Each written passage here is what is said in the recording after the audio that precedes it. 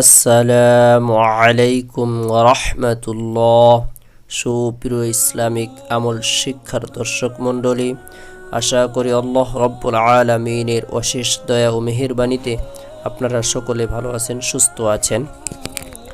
বৃহস্পতিবারের দিনে বাড়াতে এই দোয়াটি মাত্র 7 বার পাঠ করলে আল্লাহ পাক রব্বুল আলামিন আপনাকে দুনিয়া এবং আখিরাতের কল্যাণ দান করবেন, বালা মুসিবত দূর করবেন, বিপদ আপদ দূর করে দিবেন, কামাই রুজির মধ্যে বরকত দান করবেন, এমন জায়গা থেকে রিজিক দান করবেন যেটা তার ধারণাও ছিল না। বান্দা যে কোনো ধরনের পেরেশানির মধ্যে থাকুক না কেন, আল্লাহ তাআলার শরণাপন্ন হবে, আল্লাহ পাক রব্বুল আলামিন তার সকল ধরনের পেরেশানি দূর করে দিবেন। বৃহস্পতিবারের দিনটি এমন দিন যে দিনটি হলো জুমার দিনের আগের দিন। এই দিনটির গুরুত্ব, এই দিনটির ফজিলত, এই দিনটির মাহাত্ম্য অনেক। আমরা যে সমস্ত আমল করে থাকি, কেউ খারাপ আমল করি, কেউ ভালো আমল করি, এই সমস্ত আমলকে আমাদের নবী মুহাম্মদ সাল্লাল্লাহু আলাইহি সাল্লামের দরবারে পেশ করা হয়ে থাকে। বান্দা যখন কোনো ভালো আমল করে সেটাও রসুলের দরবারে উপস্থাপনা করা হয়, যখন কোনো খারাপ আমল করে সেটাও সেখানে রসুলের দরবারে উপস্থাপন করা হয়। রসুল যার আমলকে ভালো দেখেন তার জন্য দোয়া করে দেন, রহমতের দোয়া, কল্যাণের দোয়া, মাগফিরাতের দোয়া। কার আমল যখন খারাপ দেখেন, রাসূলুল্লাহ সাল্লাল্লাহু আলাইহি সাল্লাম তার প্রতি অসন্তুষ্ট হন, আফসোস করেন, হায় আমার উম্মতের কি বেহাল অবস্থা। তাই আমরা রসুলের খাঁটি উম্মত হিসেবে আমাদের উচিত হলো সর্বক্ষণিক নেক আমলের সাথে জড়িয়ে থাকা। কেননা বান্দা যত ভালো আমল করবে, যত অধিক পরিমাণে আমল করবে খালিস নিয়তে, এই সমস্ত আমলের উছিলা আল্লাহ পাক রব্বুল আলামিন তার মর্যাদাকে বৃদ্ধি করে দিবেন, তার জীবনের সমস্ত গুনাহ খাতাকে মাফ করে দিবেন, তাকে পরকালে সুখে শান্তিতে থাকার ব্যবস্থাপনা করে দিবেন। দুনিয়ার জীবনে আল্লাহ পাক রব্বুল আলামিন তাকে বিপদ আপদ থেকে রক্ষা করবেন। বৃহস্পতিবারের দিনে বা রাত্রে আমরা কোন আমলটি করব, কোন আমলের উচ্ছিল আল্লাহ পাক রব্বুল আলামিন আমাকে বিপদ আপদ থেকে রক্ষা করবেন, দুনিয়া এবং আখিরাতের কল্যাণ দান করবেন। বৃহস্পতিবারের দিনে বা রাত্রে আমরা আল্লাহ তাআলার কাছে প্রথমত বেশি পরিমাণে কান্নাকাটি করব, দোয়া করব, মোনাজাত করব।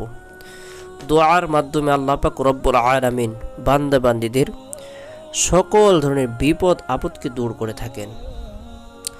দোয়া কবুল করেন আল্লাহ পাক রব্বুল আলামিন। বিশেষ কিছু মুহূর্ত রয়েছে, বিশেষ কিছু সময় রয়েছে। এর মধ্যে একটি সময় হলো জুমার রাতে, অর্থাৎ বৃহস্পতিবার রাত্রে। বৃহস্পতিবার দিন শেষ হওয়ার পর যখন রাত আসে, ওই রাতটাকে জুমার রাত বলা হয়ে থাকে। ওই রাতের গভীরে বান্দা যদি আল্লাহ তাআলার কাছে কান্নাকাটি করে, মুনাজাত করে, দোয়া করে, আল্লাহ পাক রব্বুল আলামিন তার সকল দোয়াকে কবুল করবেন। সারা দুনিয়া নিস্তব্ধ হয়ে যায়, নিরিবিলি হয়ে যায়, সমস্ত মানুষ ঘুমে আচ্ছন্ন।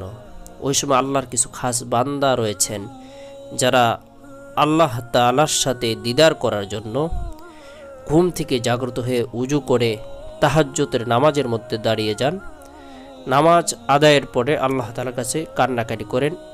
আর আল্লাহ পাক রব্বুল আলামিনও দুনিয়ার আসমানে এসে এভাবে বান্দাদের ঘরের দাঁড়ে দাঁড়ে এসে, দরজার কাছে এসে ডাকতে থাকেন। আছে কেউ অসুস্থ, সে সুস্থতা কামনা করে, আমি তাকে সুস্থতা দান করব।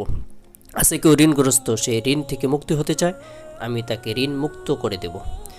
আছে কেউ অভাবী, সেই অভাব হতে মুক্তি হতে চায়, আমি তার অভাবকে দূর করে দেব। আছে কেউ অসহায়, সে আল্লাহ তাআলার কাছে সাহায্য প্রার্থী, আল্লাহ তাআলা বলে আমি তাকে সাহায্য করব।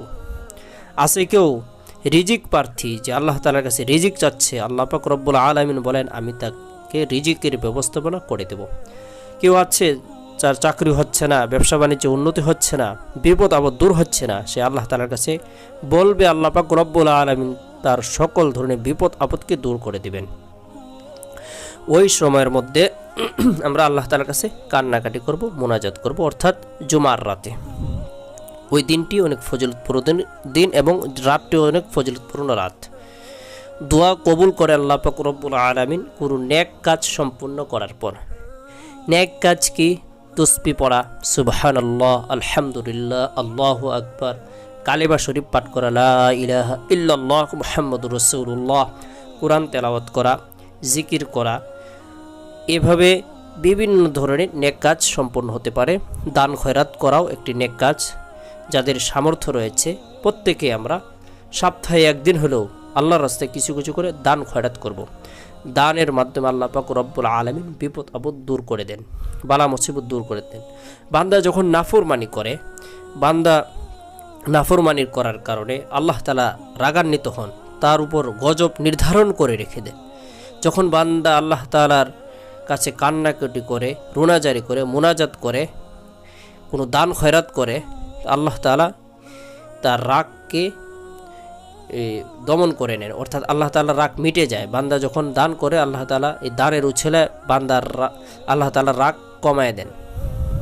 তো দান অনেক কার্যকর একটি আমল। আমরা দান খয়রাত করার চেষ্টা করব, বিশেষ করে মা বোনেরা যারা রয়েছেন আপনারা দানের আমলটা বেশি পরিমাণে করবেন। আল্লাহ রসুল মহিলাদেরকে দান করার জন্য উদ্বুদ্ধ করেছেন, তাই আপনারাও প্রত্যেকেই দান খয়রাত করবেন। কারো স্বামী কথা শুনতেছে না, কেউ ছেলে মেয়ে নিয়ে পেরেশানির মধ্যে রয়েছেন, কেউ পারিবারিক অশান্তির মধ্যে রয়েছেন, যে কোনো ধরনের সমস্যার সম্মুখীন হন না কেন, প্রথমত আল্লাহ তাআলার প্রতি পরিপূর্ণ ইয়াকিন রাখবেন, বিশ্বাস রাখবেন যে আল্লাহ পাক রব্বুল আলামিন সকল ধরনের পেরেশানি দূর করতে পারেন।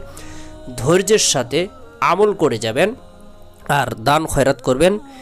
দান খয়রাতে আল্লাহ তাআলার রাগকে আল্লাহ মিটিয়ে দেন, আল্লাহর রাগ কমে যায়। বান্দা যখন দান করে আল্লাহ তাআলার যে কুদান্বিত হন, বান্দার উপর রাগান্বিত হন, এই রাগটা কমায় দেয় দানের উছিলা। আর সদগত তারদ্দ মিরাল বালা, সদগা বালা মুসিবত দূর করে।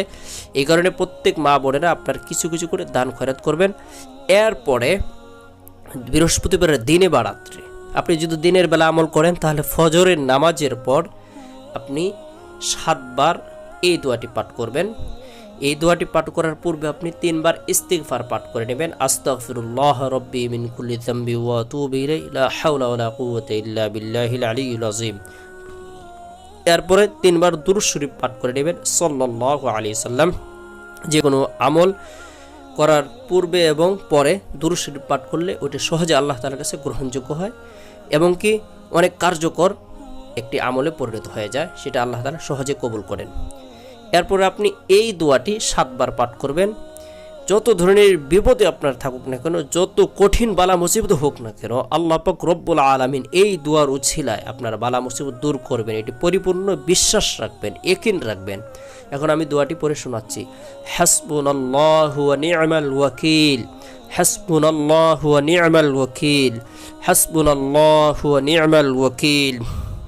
আমাদের জন্য আল্লাহই যথেষ্ট, কতই না চমৎকার কামিয়াবি দানকারী। হাসবুনাল্লাহু ওয়া নি'মাল ওয়াকিল, আমাদের জন্য আল্লাহ তাআলাই যথেষ্ট। এটা অর্থের দিকে খেয়াল রেখে পড়বেন। এরপরে আরেকটি আয়াত পাঠ করবেন এটার সাথে সাথে, আন্নি মাসানিয়াদ দুররু ওয়া আনতা আরহামুর রাহিমিন। এটা ভয় ভীতি দূর করে দেন এবং আল্লাহ পাক রব্বুল আলামিন বিপদ থেকে মুক্তি দান করেন। যারা বিশেষ করে কষ্ট রয়েছেন তারা এই আমলটি বেশি বেশি করবেন, আন্নি মাসানিয়াদ দুররু ওয়া আনতা আরহামুর রাহিমিন। এরপরে যারা কোরআনুল কারীম তেলাওয়াত করতে পারেন, কোরআন পড়তে পারেন, আপনারা নিয়মিতভাবে সূরা ইয়াসিন পাঠ করবেন। আপনার যত কঠিন ও জটিল হাজত হোক না কেন, হাজার মাকসদ থাকুক না কেন, আল্লাহ পাক রব্বুল আলামিন সূরা ইয়াসিনের উসিলায় আপনার সকল ধরনের মাকসদকে পূরণ করে দেবেন ইনশাআল্লাহ। সূরা ইয়াসিনের অনেকগুলো ফজিলত রয়েছে। নবী করিম সাল্লাল্লাহু আলাইহি সাল্লাম বলেছেন, যে ব্যক্তি দিনের প্রথম ভাগে সূরা ইয়াসিন পাঠ করবে, আল্লাহ পাক রব্বুল আলামিন তার সমস্ত কোরআনের সওয়াব দান করবেন। সুবহানাল্লাহ। একবার পাঠ করলে আল্লাহ পাক রব্বুল আলামিন তাকে 10 খতম কোরআন পড়া সওয়াব দান করবেন। পিছনের সমস্ত গুনাহকে আল্লাহ পাক রব্বুল আলামিন ক্ষমা করে দেবেন। যে ব্যক্তি সূরা ইয়াসিন পাঠ করবে, আল্লাহ পাক রব্বুল আলামিন তাকে কবর আযাব থেকে রক্ষা করবেন, তার কবর আযাবকে মাফ করে দেন। যে ব্যক্তি রাতে সূরা ইয়াসিন পাঠ করবে, রাতে সূরা ইয়াসিন পাঠ করার পর সেই রাত্রির মধ্যে সে যদি মারা যায়, আল্লাহ পাক রব্বুল আলামিন তাকে শহীদি দরজা দান করবেন। মৃত্যুর সময় রোগীর নিকট পড়লে রোগীর মৃত্যুর যন্ত্রণা দূর হবে, অতি ইহসানে মৃত্যু হবে। প্রসব বেদনার সময় কোনো মহিলার পাশে গিয়ে এই সূরা পাঠ করবে অথবা এই সূরা পাঠ করে তাকে পানি পড়ে দিলে ওই মহিলাকে পান করালে সন্তান সহজে ভূমিষ্ঠ হবে। যে কোনো ধরনের বিপদ আপদে থাকলে সূরা ইয়াসিন পাঠ করে আল্লাহ পাক রব্বুল আলামিন বিপদ আপদ থেকে রক্ষা করবেন। কিয়ামতের দিন সূরা ইয়াসিন ওই পাঠকারীর জন্য সুপারিশ করবে। সুবহানাল্লাহ। কবরের পাশে গিয়ে কোনো ব্যক্তি যদি সূরা ইয়াসিন পাঠ করে আল্লাহ পাক রব্বুল আলামিন কবরের আযাবকে মাফ করে দেবেন।